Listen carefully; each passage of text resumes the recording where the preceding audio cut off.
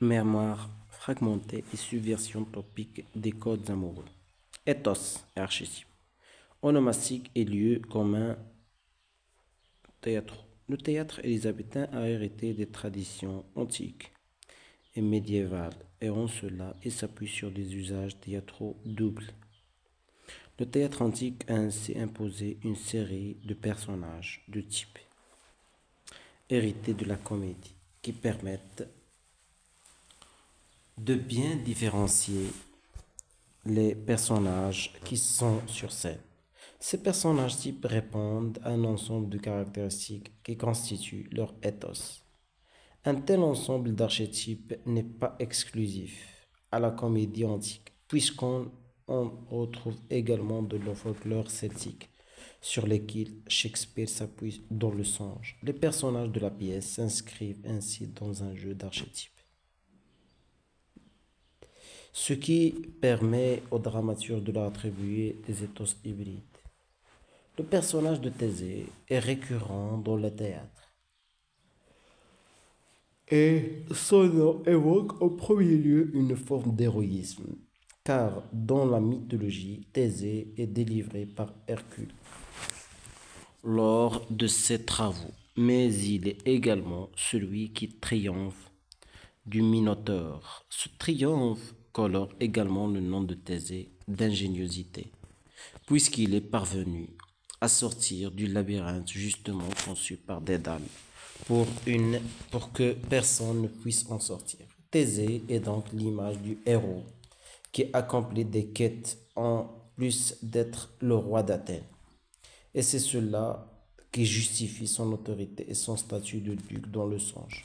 Son autorité est d'ailleurs également renforcée par le fait qu'Égée vient à lui, comme dans le mythe dans lequel le vieil homme s'en remet à son fils, Thésée, pour aller libérer Athènes du joug du roi Minos.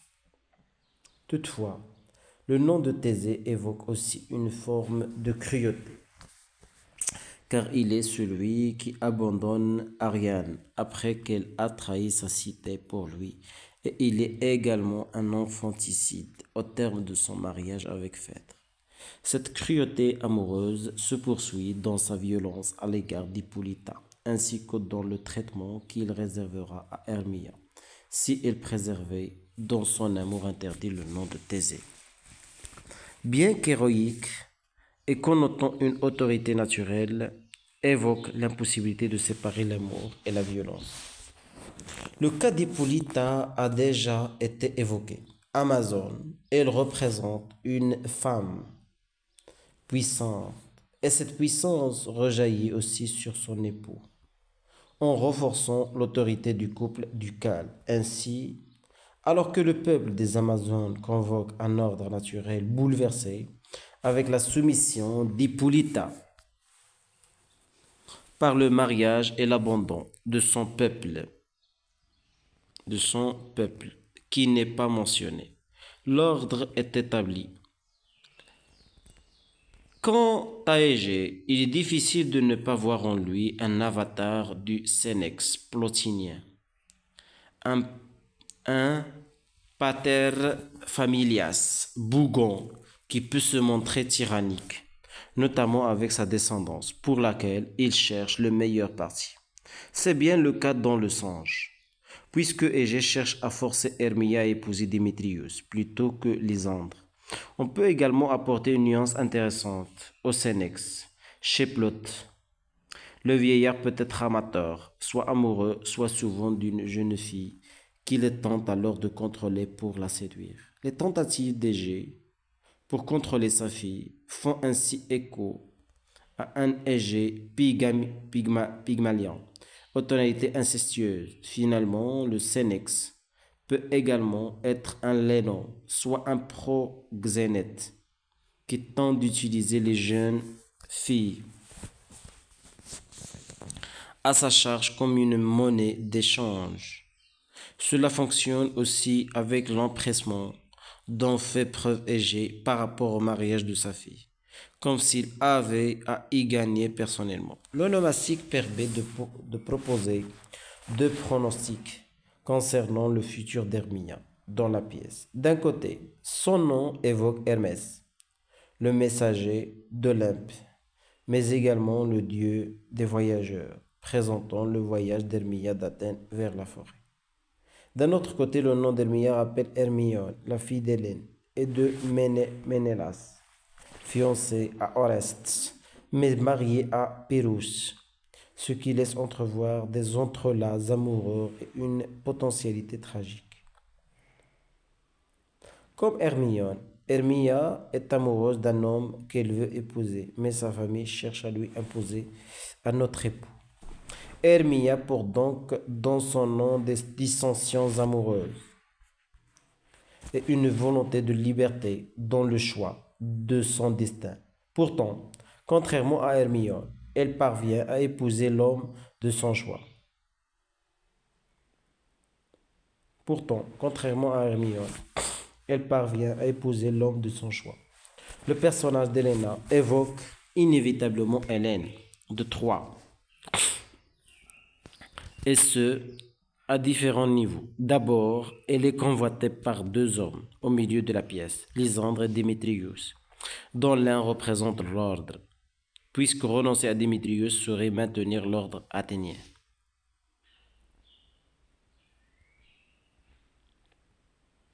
Et l'autre, le vrai amour sur le modèle d'une Hélène convoitée par Ménélas et par Paris. La ressemblance va plus loin dans la pièce. Helena est souvent caractérisée par la pâleur de sa peau, qui connote la beauté sur le modèle de l'épithète homérique Hélène aux bras blancs. Cette ressemblance est un mauvais présage pour la suite de la pièce, car elle crée la possibilité d'une guerre pour Athènes, sur le modèle de la guerre de Troie. Le duel entre Démétrius et Lysandre pour Helena peut en être une représentation symbolique.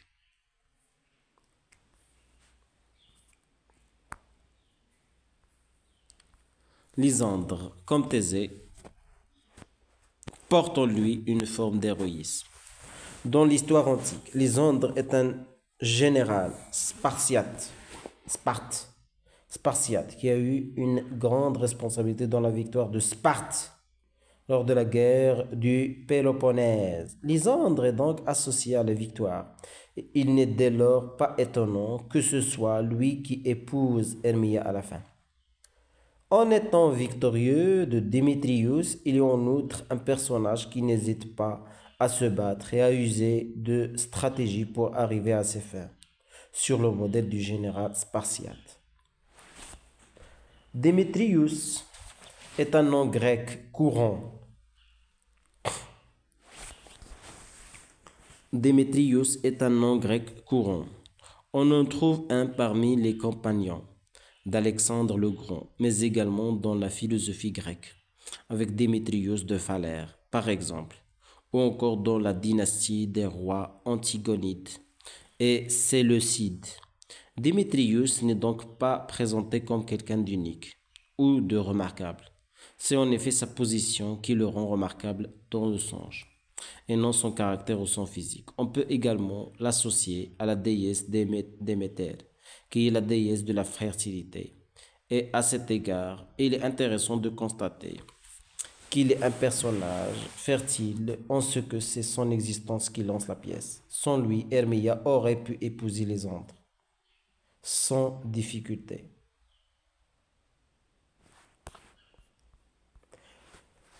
Il est assez aisé d'interpréter les noms des hommes qui composent la troupe de Péterkens. Ces noms sont des jeux de mots, plus ou moins grossiers, qui soulignent une caractéristique propre à chaque homme, souvent en lien avec leur métier. Ainsi, Kens est charpentier et son nom qui veut dire cognacier rappelle le bois qu'il travaille, et flûte est raccommodeur de souffler.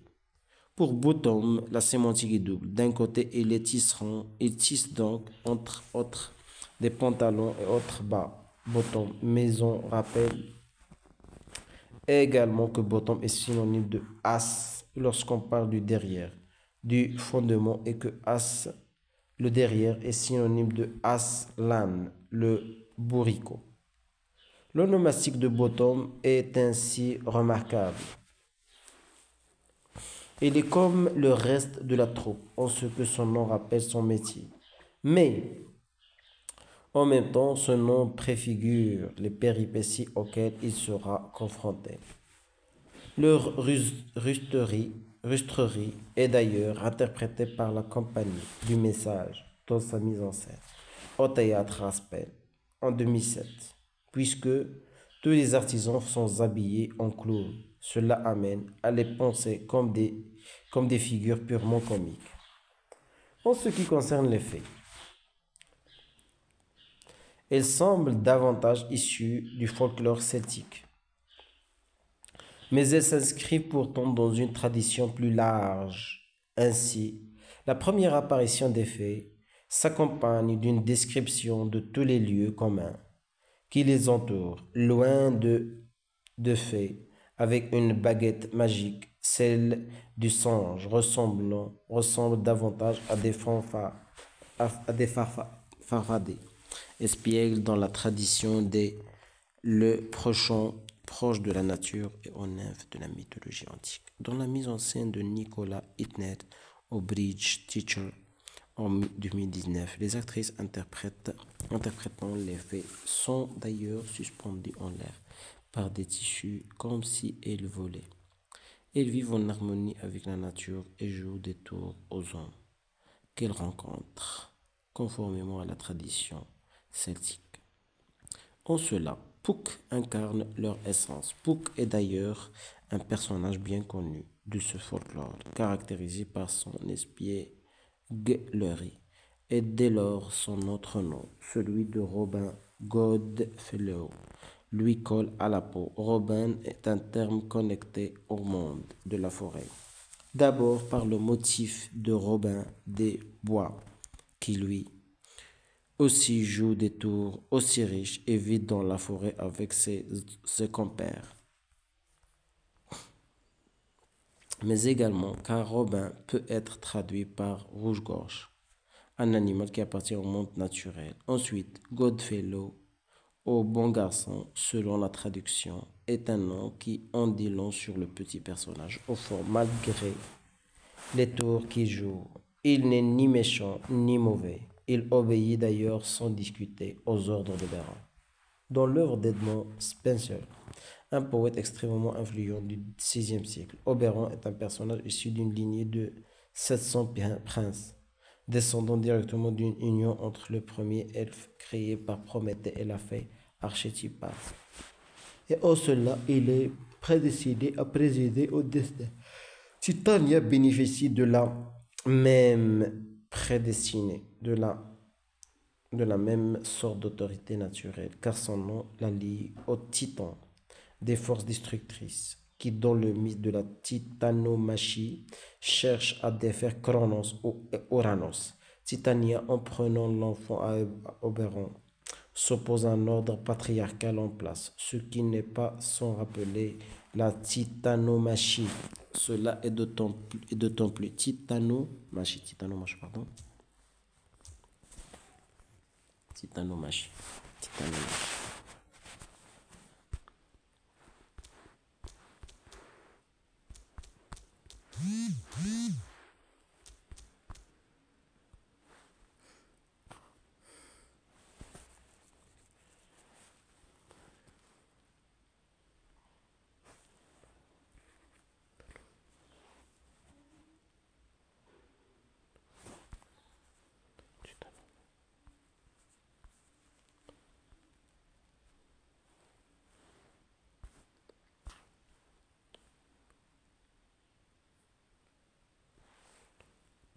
Tito et Oranos.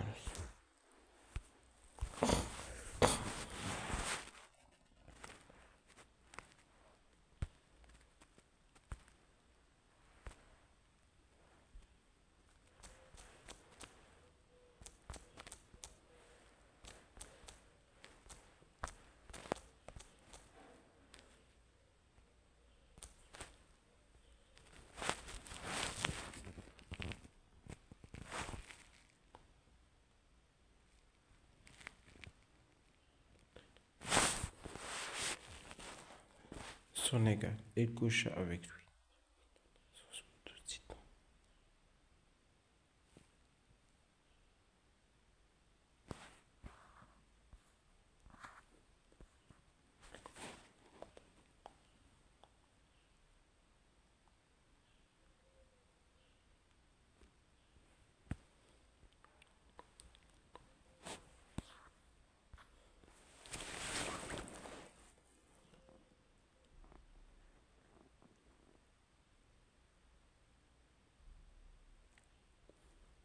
Titanide et en pluriel, etc. sont des divinités enfants d'Uranos et de Gaïa, ayant précédé les Chronides et les dieux de l'Olympe, ayant pour demeure le mont d'Otris. Et les Titanides sont tous des enfants de Gaïa, terre, et d'Uranos, le ciel. Chronos, Mnémosyne, Océan, Tétis, Japet, Hyperion, Taïa et Rhea, divinité d'une force.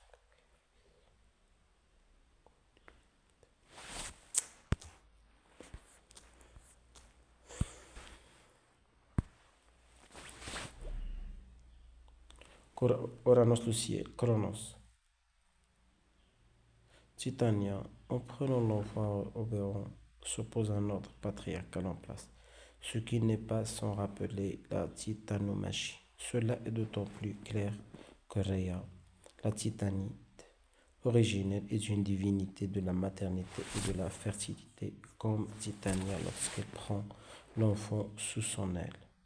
Oberon comme Titania ont leur propre épithète sur le modèle homérique. Prode, Titania ainsi que Jalos, Oberon soulignent leur défaut principal dans une forme d'armatia tragique, puisque ce sont ces défauts qui génèrent des désaccords et qui précipitent la chute de l'harmonie naturelle. Quelle continuité de l'éthos amoureux! Quelle continuité de l'éthos amoureux! Chacun des personnages semble ainsi porter en lui un type. Ouais. Et les noms sont souvent annonciateurs des destins. Mais cela suffit-il à leur assigner un rôle? On peut proposer une interprétation onomastique des personnages, mais ces derniers est-elle la clé d'un ethos? Les personnages ne semblent pas au premier abord avoir des personnalités continues, ce qui participe du désordre de la comédie. Ainsi, alors que l'onomastique invitait à voir Hélène de Troie en Hélène, elle devient par un jeu de connotation un tout autre personnage du récit de Troyenne. Alors que Démétrius et Lysandre se battent pour l'amour d'Héléna, Démétrius déclare My heart. Démétrius semble ici assimilé à Hélène de Troie, car son cœur, après s'être égaré auprès d'Hermia, comme Hélène avec Paris, est revenu dans le droit chemin auprès d'Héléna, qui se trouve elle-même assimilée à Ménélas, dans le cas des errances amoureuses de la reine grecque. La tradition est ici subvertie et les pistes brouillées. L'onomastique apparaît donc insuffisante. De la même façon, on peut interroger la valeur définitoire des épithètes d'Oberon et de Titania lorsque les deux personnages se rencontrent pour la première fois dans la pièce. Ils se nomment mutuellement en utilisant des épithètes, ce qui laisse présager qu'il s'agit de leur caractéristique principale. Cependant, ces traits de caractère semblent relativement interchangeables, et pour le comprendre, il faut s'interroger sur les raisons de ces qualificatifs. Titania est fière aux yeux d'Oberon, car elle refuse de lui céder l'enfant, comme si elle faisait preuve d'un orgueil excessif. Mais l'intrigue nous apprend que Titania a une très bonne raison de vouloir l'enfant.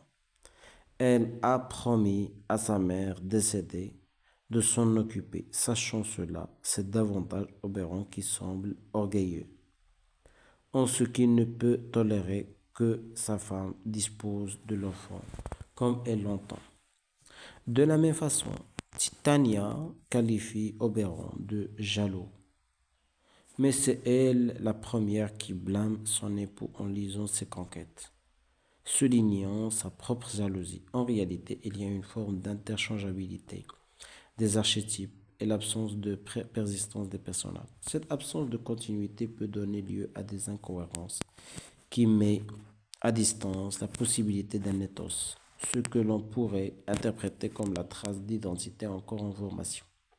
En somme, les personnages ne sont pas prédéfinis, limités par des archétypes. C'est au contraire à travers les péripéties amoureuses de la pièce que leur identité se forme.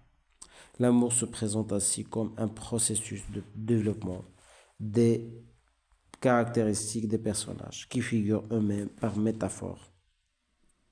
Le processus amoureux en cours de développement, comme s'il en était une allégorie, c'est seulement à la fin de la pièce, lorsque les amours sont actés par les noces, que les personnages accèdent à une identité achevée. Ce n'est pas un hasard.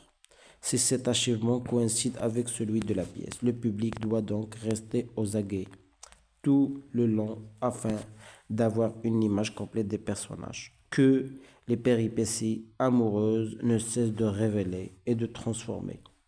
En cela, même la représentation finale de la pièce enchâssée a des tonalités amatoria, alors que les acteurs représentent l'amour tragique mais ridicule de Piram et Tisbé.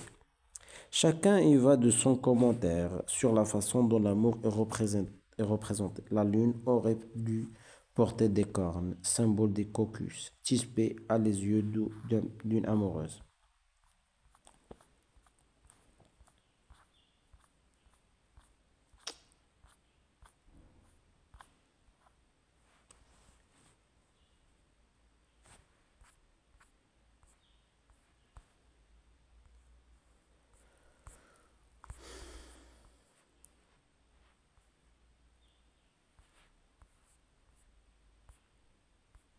À l'époque élisabéthaine, les stéréotypes sont marqués par la notion de décorum, déjà prégnante auparavant. L'apparence d'un individu reflète son intériorité dans une forme de cohérence et cela fonctionne relativement bien avec les personnages de la pièce. Bottom en est un excellent exemple. Il est transformé en âne parce qu'il est au fond un âne, comme son nom l'indique, et cela est illustré par ses excès langagiers et comportementaux constants. Pourtant, cette union de décorum est traitée avec ironie par le dramaturge qui invite le public à prendre du recul sur les apparences, toujours au travers du personnage de Bottom. Ce dernier est en effet sélectionné pour jouer le rôle de Piram, car il est, d'après Keynes, le seul dont l'apparence est assez noble pour le faire passer pour Piram.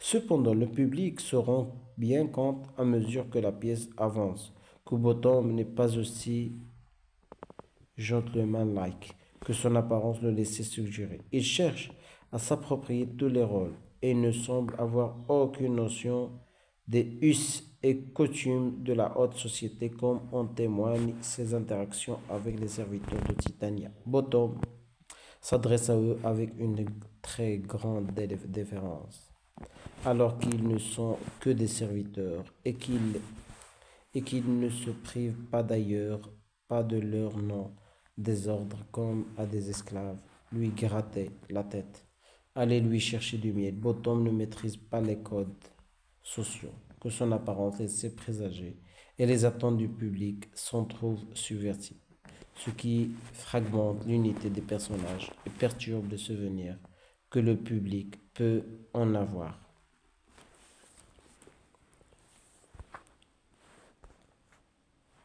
En se contentant de cela,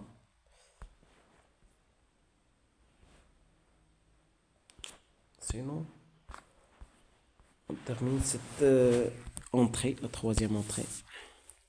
Sortir d'un idéalisme traditionnel limitant l'identité. Le songe joue sur la mémoire des codes amoureux que le public possède. Et c'est ce jeu qui permet de donner de la profondeur aux personnages en leur accordant une identité plus complexe qu'un archétype amoureux. À l'époque élisabéthaine, la littérature a déjà connu un renouveau sous l'impulsion de Pétrarque et de sa poésie amoureuse, presque 3 siècles auparavant, qui a mis en place un certain nombre de topoi qui sont encore ancrés dans la mémoire collective de nos jours. D'abord, le motif de l'amour virginal, au premier regard, joue un rôle important dans la pièce. Il concerne les jeunes amants, mais également Titania. Ce topos est poussé plus loin encore avec le modèle de la jeune fille au réveil, qui ouvre les yeux et découvre son amour. Titania est ainsi réveillée par le chant de Boton et tombe amoureuse de lui immédiatement. De la même façon, la pièce s'appuie sur des clichés physiques de la jeune fille amoureuse. Elle est pâle, aux lèvres rouges et aux yeux clairs, et surtout elle est vierge. Les femmes de la pièce ne répondent pas toutes à ces motifs, mais elles y sont toutes rapportées de façon directe ou indirecte à un moment, ce qui montre que les topoi pétrarchistes de l'amoureuse sont omniprésents. On note en outre la récurrence des serments d'amour entre les amoureux, ce qui n'est pas étonnant car le vrai amour dans la tradition littéraire est éternel. Il semble ensemble que les personnages soient définis par leur salut d'amoureux ou d'amoureuse. Et cela n'est pas particulièrement étonnant, puisque la pièce tourne autour d'intrigues d'amour. Toutefois, on note encore une fois la subversion des codes topiques amoureux comme pour donner plus de relief théâtral aux personnages, qui s'éloignent alors définitivement des types. Le dramaturge propose ainsi une parodie de ces codes, et notamment de celui du blason, très à la mode au XVIe siècle. Cette forme est fondée sur le fait que des auteurs masculins écrivent à la femme aimée un poème dans lequel ils décrivent un ou plusieurs éléments du corps de cette femme pour en louer la beauté. Mais dans le songe, le blason s'apparente plutôt à un anti-blason. Et cela en deux occasions. D'abord, on retrouve la forme du blason entre Titania et Bottom, ce qui est particulièrement ironique. En premier lieu, car le blason est prononcé par la femme. Et ensuite, car il est prononcé à destination d'un âne. La valeur ironique du blason est ensuite renforcée lors de la représentation de Pyramide Tisbé, dans laquelle Tisbé réalise son propre blason en mentionnant ses lèvres rouges.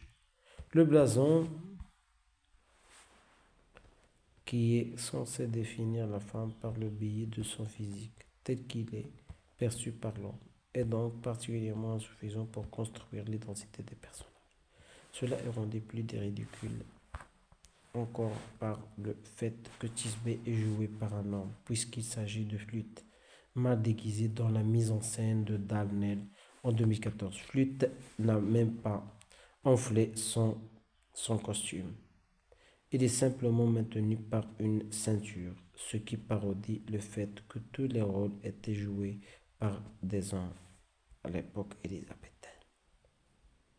La subversion des codes amoureux s'appuyait également sur la tradition littéraire antique, et notamment celle des chants zamébés, des chants lyriques et pastoraux en vers échangés par les amoureux au début de la pièce d'Hermia. Et les andres échangent sur leur amour, mais au lieu de le célébrer, ils se lamentent, et les vers ne sont pas rimés. À l'inverse, les répliques commencent par les mêmes sons, signalent un renversement des codes amoureux. En outre, les andres et Emilia,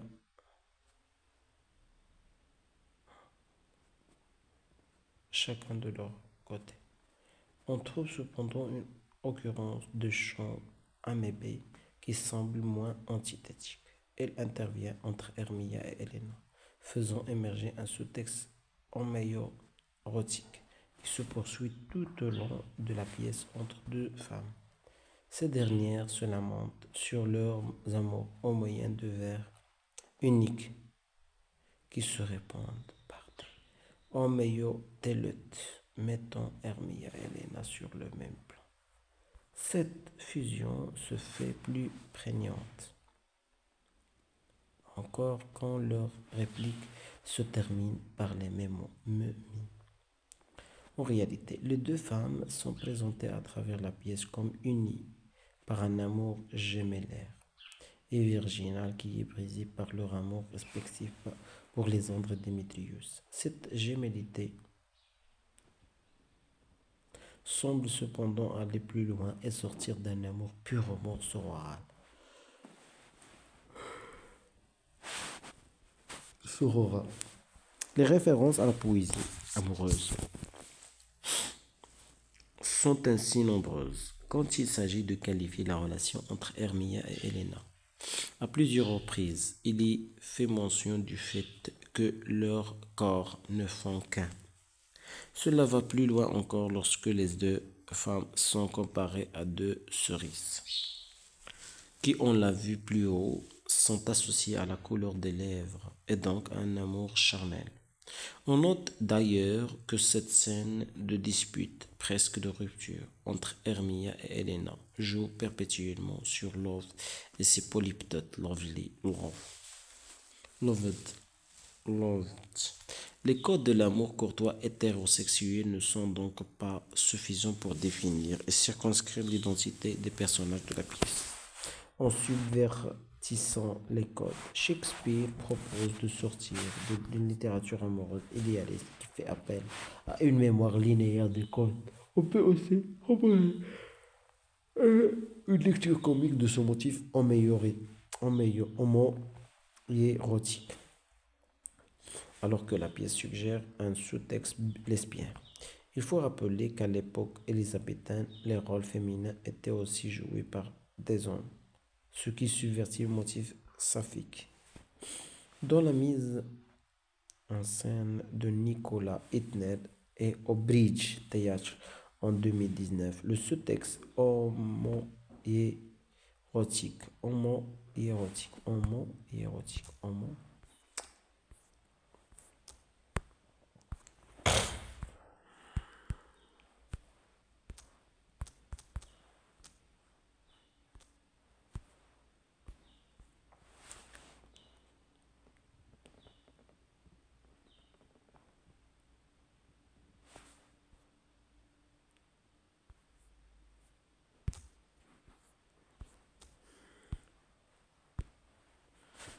une lecture comique de son motif homo-érotique, alors que la pièce suggère un sous-texte lesbien. Il faut rappeler qu'à l'époque élisabéthaine, les rôles féminins étaient aussi joués par des hommes, ce qui subvertit le motif saphique.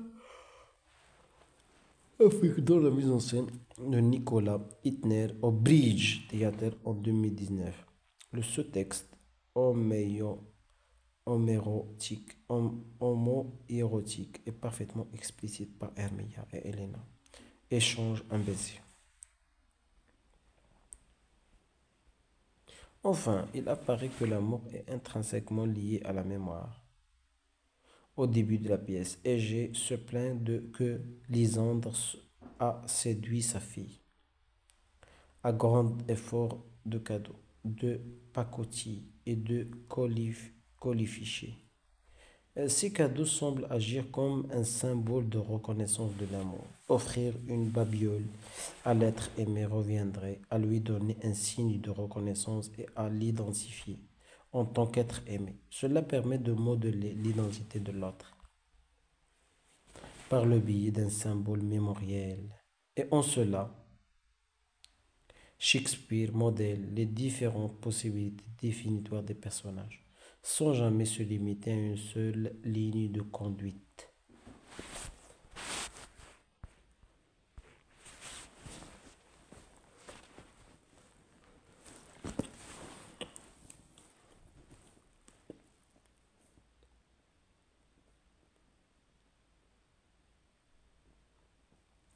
Ces cadeaux semblent assurés.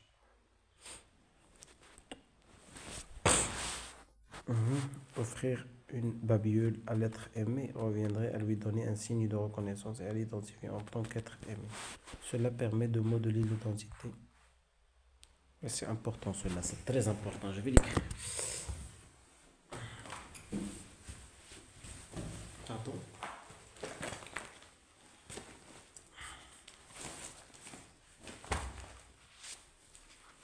Soit celui-là, soit ceci, soit celui-là.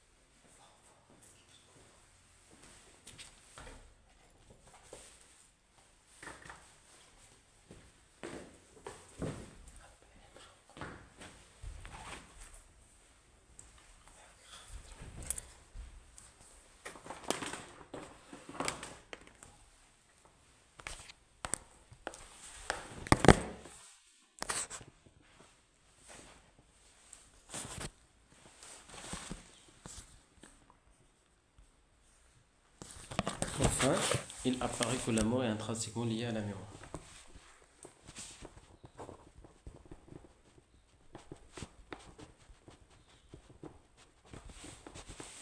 L'amour et mémoire.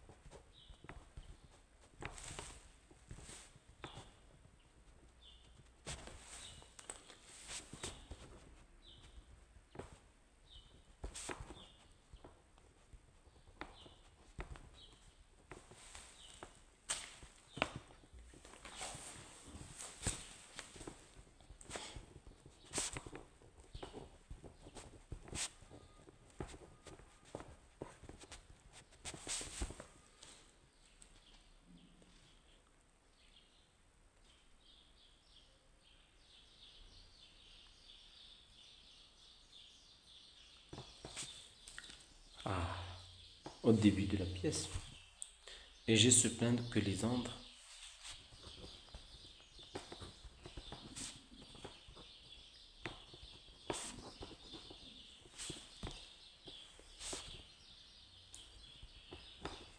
que Lisandre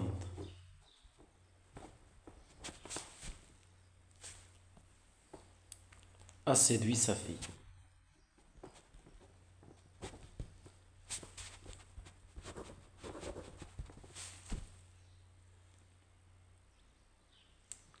À grand renfort de cadeaux. À grand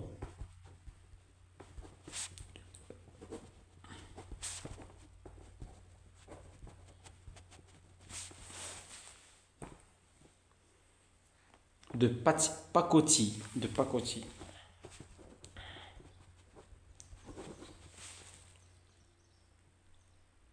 Et de colifichés. De colifichés. Colifichés.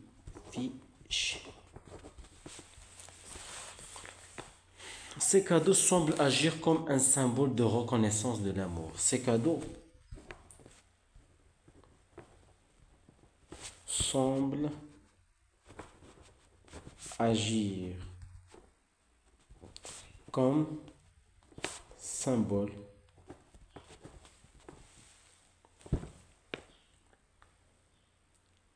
de reconnaissance de l'amour, de reconnaissance de l'amour, de reconnaissance.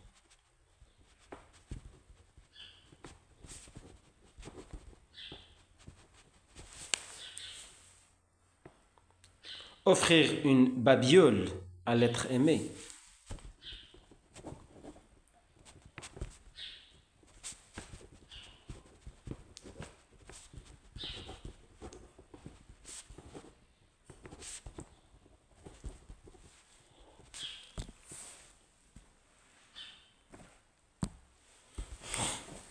Pardon.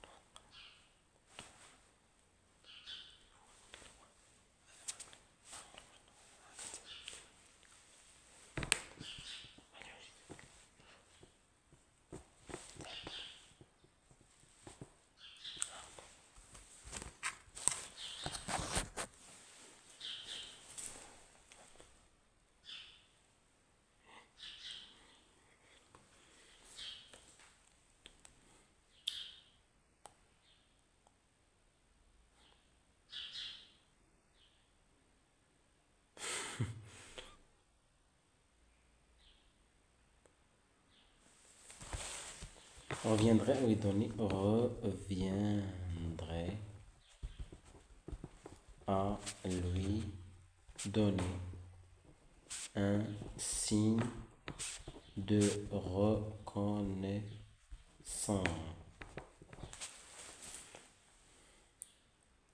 et à l'identifier en tant qu'être aimé, à l'identifier et à l'identifier en tant qu'être aimé. Aimé. Cela permet de modeler l'identité de l'autre.